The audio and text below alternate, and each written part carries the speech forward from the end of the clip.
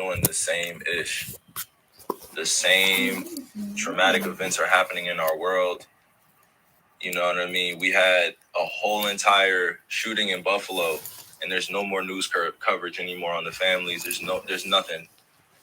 We had people of color die in Buffalo, and things took place that still limited the exposure and the coverage because it was based off of pure hatred, and it was an act of terrorism, and we won't call it that.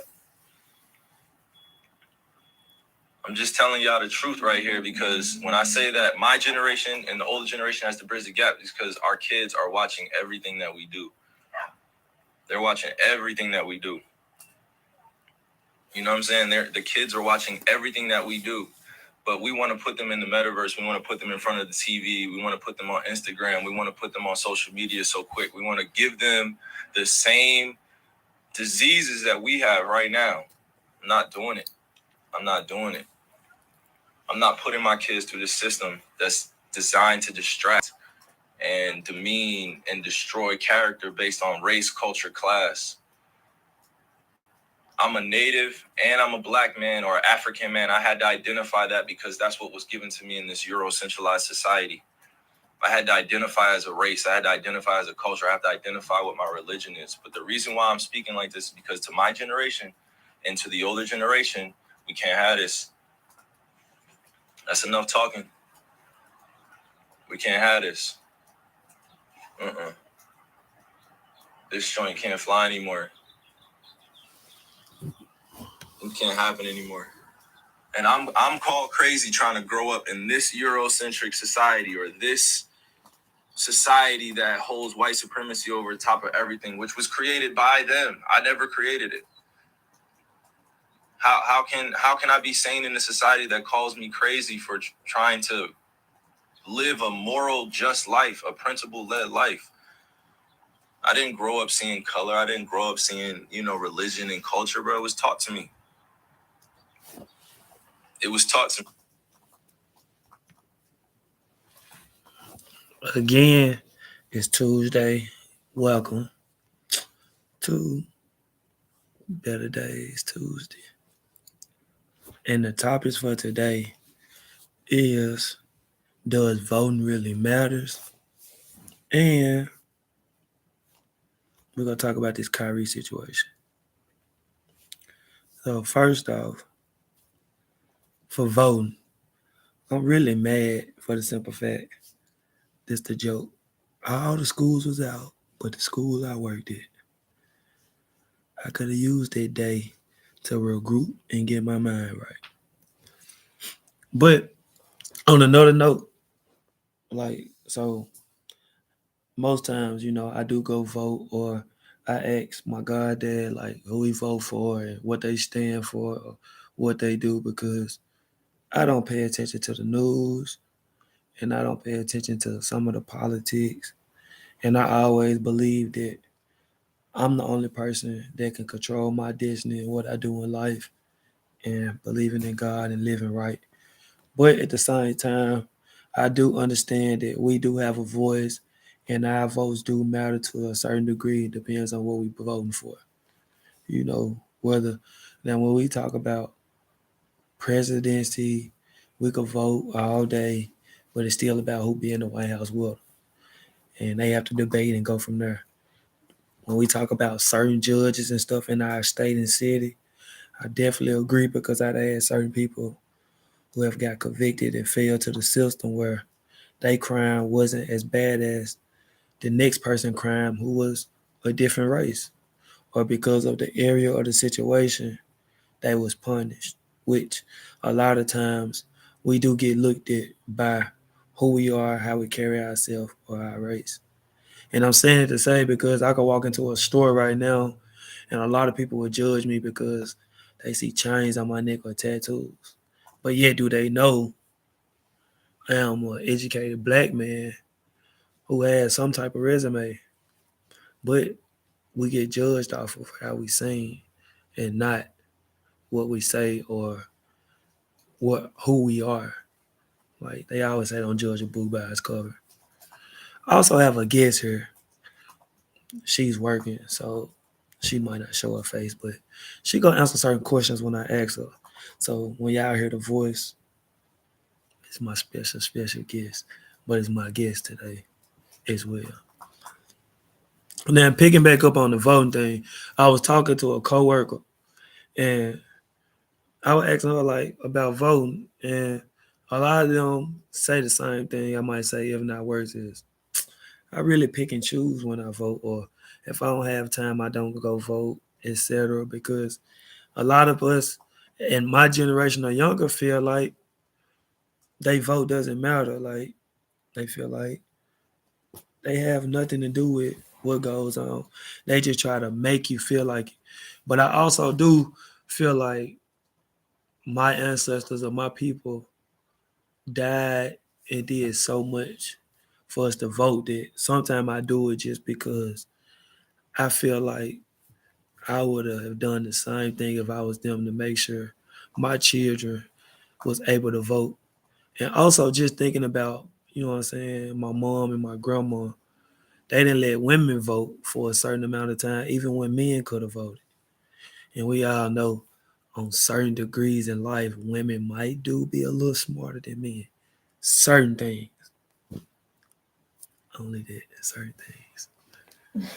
But again, when we talk about voting, I feel like we should definitely try to research or go to someone to enlighten us on what to vote or who to vote for if we don't know. Or at least if you can't, it's nothing wrong with telling the next person too. Because sometimes we be too busy to do certain things. And that's just like me saying, if I can't make it to work, tell the next person not to go to work. No. You should tell the next person to try to make sure they at work on time if you can't. Because someone has to do the job or has to accomplish it. You still want to talk about voting, or you don't want to talk about voting no more? Yeah, it's no question. Okay. I didn't know if you wanted to talk about it. So, do you only just vote for the presidency race, or do you vote for all the other stuff that goes around as well? Um, I really only vote for presidential, like big elections, which is probably not good, I guess I don't really know. But yeah, I don't really vote locally, but I know it's I know it's important because they make a lot of the decisions and stuff. But I don't know. I just don't vote locally. But I do need to do better, like being in the know about the candidates and what they stand for, what they're against, because that plays a big role in policy. I'm in a health policy class right now. So we've been talking a lot about policy, and it starts with like the government officials, like they play a big part in making all the policies that we have in the Constitution and in general. So they're definitely important, and I would say the local elections are more important than the big ones, like the big presidential, like our governors and all Hmm. that stuff like that. Like that's important because they make a lot of the decisions that we don't even really think about. She just made a valid point. I never thought about it that way. So I will make sure I never miss another local vote because it do make sense that the local people do make more decisions than the presidency. Yeah. And she also said that she should vote more, that we should come together and learn more and vote more. The only thing I have with that is Yeah. it's hard to watch the news and certain things locally because they always, I'm not just trying to put this on my race, but they always down and targeting all the negative stuff on the news. So it make us not want to watch But it's important though. who's running for what and explaining what because But that's something you gotta do on your own though. yeah. You gotta really dig. I feel like we just be listening to what they give us, but you kind of have to do your own research on these people that are running, you know, Hmm. because they're gonna tell you all the good stuff, of course. We know. So you kind of have to do That's some digging always. too. But yeah, that's how I feel about voting. I need to do better now that I'm talking about it. Well, we'll challenge ourselves on the next vote to make sure Yeah. that's on our agenda. Especially if we get a chance to leave work, since we had to go to work on voting days. Yeah. Yeah. Yeah. That's Like, another and thing. they They gotta should allow us to leave work to they vote. 3 hours. That's federal. Like they have to give you 3 hours to vote. She know all shit about that, Legally, they but she do. don't know So, shit about certain other stuff. And right. that's another one. But you just tell me something else. Appreciate that. Legally, they have to give you 3 hours, a 3 hour time frame to go vote. Legally, anytime that like So that you come. why you didn't tell me this yesterday and I could have used that against my power to go vote today and take a nap? Because I just really didn't think about it honestly till today. So if you go to work, you got 3 hours legally. Your boss or whoever has to allow you 3 hours to But go I know vote. that's true. When I worked for the state of Mississippi, like when it was voting, they had to give us time to go vote. Like it's just no ifs ands or buts. You're supposed to do that. So I know that's for real. Like I don't know how it works in Tennessee, but I'm sure it's pretty much every state. But I'm not sure. Mm-hmm. All right. Now we go shift this voting thing. So I was working out trying, I don't know. But they were like, man, Kyrie got suspended. And I was like, for what? Because of the stuff he posted. And then after I got looking into it, I haven't watched the movie yet, which I plan on doing real soon. Even if I got to go on Amazon to pay that little $12, I plan on watching it. But as I started researching on YouTube, he didn't do nothing but post the movie, which a lot of people took offense to because, of course, a picture says 1,000 words. He didn't say nothing about it. He just posted, which his belief is we as black people was the real Jews or the first Jews, and that people that's Jews now are real and doesn't do everything correct, which we all know Kyrie basically kind of been changing his life with not believing in the vaccine and certain praying and doing certain other things that we all should do and look into when it comes to our body, our spiritual life, our ability, our faith, our courage. You know, and as he mentioned on the thing I was playing at first, which I didn't know that was him, he talked about generation and how people from 81 to 96 has to step up, which he talking about me because I was born in between those times. It has to step up and has to hold each other accountable and has to make sure our children, because we having children now, on the truth about the world, the truth about life, the truth on how they try to blind us with certain things or how they try to make us look at certain things another way. And I also could even go a little deeper with a lot of people now has made careers and lifestyles without even having a job. So this shows the shift in the mental ability and the faith that we have now that was different back then. Now we have to educate on not the simple stuff of, oh, we went through slavery or, oh, they done this and that, because it's not about that. We have to go to the point of what is a Jew before we could judge a Jew, or what is an Israelite, or even what is a Christian, what is a Baptist, what is a Church of God in Christ, what is missionary. Like we have to start researching what does people believe in and how they carry themselves and what it is that they really supposed to be doing.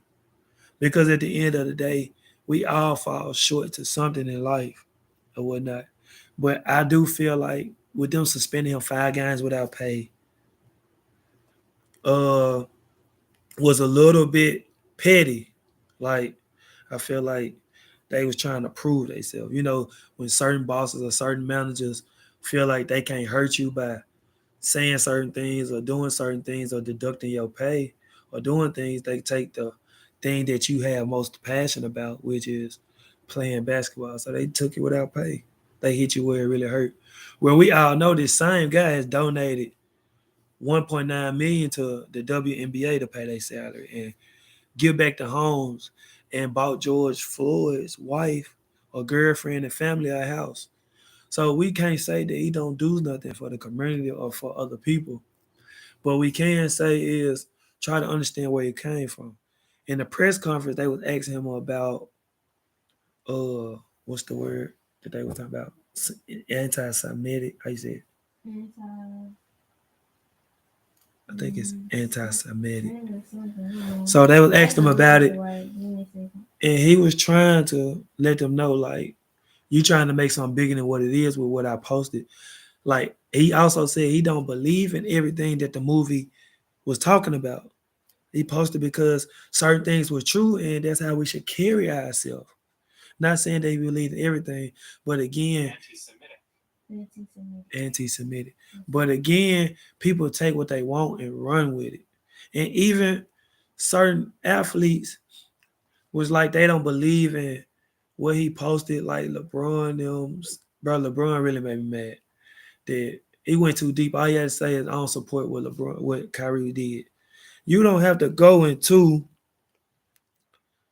I don't believe in what he did and how he did it and what's going on. And that's why I had to take certain things out of this and that. Like I feel like you giving the media too much to want to write about and talk about. Just go straight to the point and leave it there and move on. I feel like you like blackball someone that you called a brother at one point.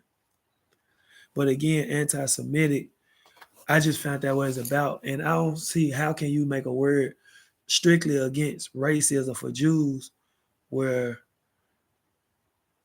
every race don't have a word. Like, why would we just focus on one thing or one religion where not every religion has something like that? Like, I feel like we reaching as a whole or as a world, like making it bigger than what it was. And then they gave him a long list to achieve to come back and play. Some of that stuff is over beyond unrealistic. Like, he shouldn't have to do that because he's not in a mental state where he losing himself. He just has certain things that he believe in and don't believe in.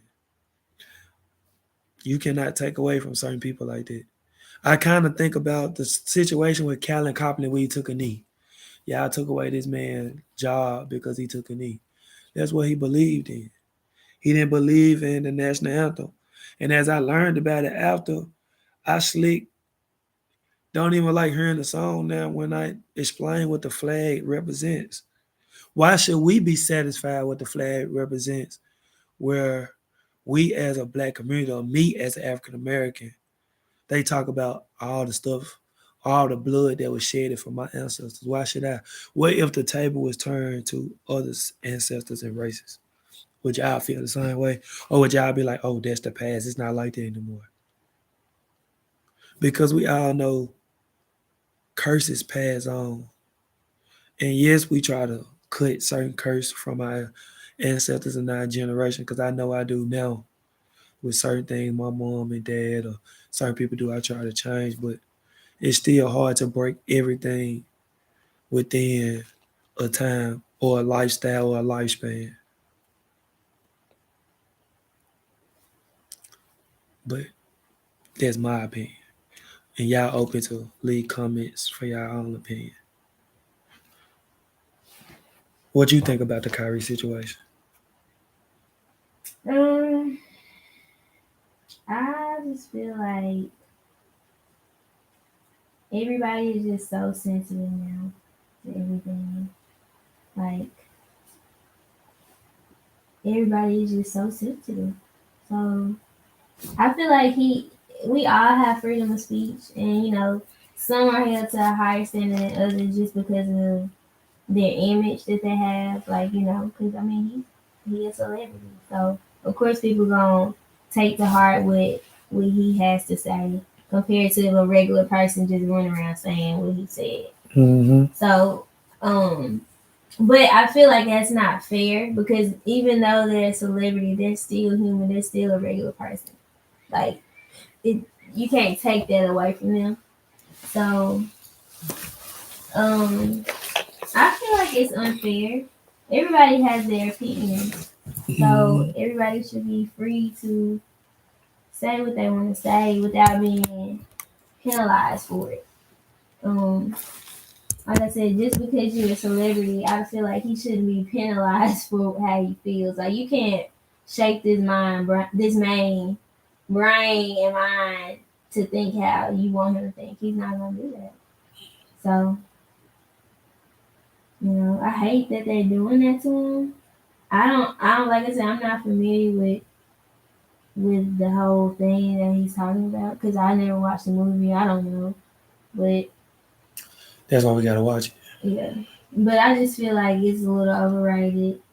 I'm not saying I agree with him. I'm not saying I disagree with him, but I am saying that as a human, as a person who has freedom of speech and has rights, he has the right to feel how he feels, and I don't feel like he should be penalized for it. Because if a regular person went and said the same thing that he said on social media and they're just a regular person, people are Mm-hmm. gonna overlook it. Mm-hmm. But just because he's a celebrity and of status, then it's different for him. So, and I feel like the NBA, like you was telling me, what the NBA person is Jewish or something. Yeah. So people are letting their feelings and personal matters get involved into making all these decisions that are influencing him. Yeah. The commissioner is Jewish, Yeah, but and he might even have certain people over the team board that might be Jewish or something because right. he in Brooklyn, so we know like it's a lot of Jews kind of up that way Um, between Brooklyn and New York, Philly type mm, guys. yeah, I don't know. Because that's like the first place they go to when they come from overseas. Mm-mm, I know Well, so that. I don't when, know when about we, Jewish people. I mean, I I'm I don't saying when know we talk about about people from overseas and races yeah. that come from other countries, Mm-hmm. Brooklyn, New York, Philly, Florida, Florida, I know Washington Florida. might be like the top five that they People go immigrate to. to as soon as they get over here or whatever. Mm-hmm. And we all know like Muslims, Jews, etc. is big in those type of areas because they coming from that's what they believe in where they was at. Yeah. I don't know. I feel like I need to do more research personally on the whole thing, on Jewish people, on whatever Kyrie was talking about, and then I'll speak on it more. But I just feel like as a human, We too sensitive. we too sensitive. Like even with like when it comes to um like the LGBTQ community, like Mm, we're very sensitive on things like that. And personally, I don't have anything against that community, but um I don't like to feel forced. And I feel like some things are just forced on mm, us. And we have to be okay with it. And if we're not okay, then we in the we're in the wrong. wrong or we're prejudiced against this certain type of people. But that's not how it is. Like we can feel how we want to feel. Like as Christians, there's always a battle between Christians and the LGBTQ community. But Hmm. I mean, sometimes I feel like other people have more rights than just regular people. People. True.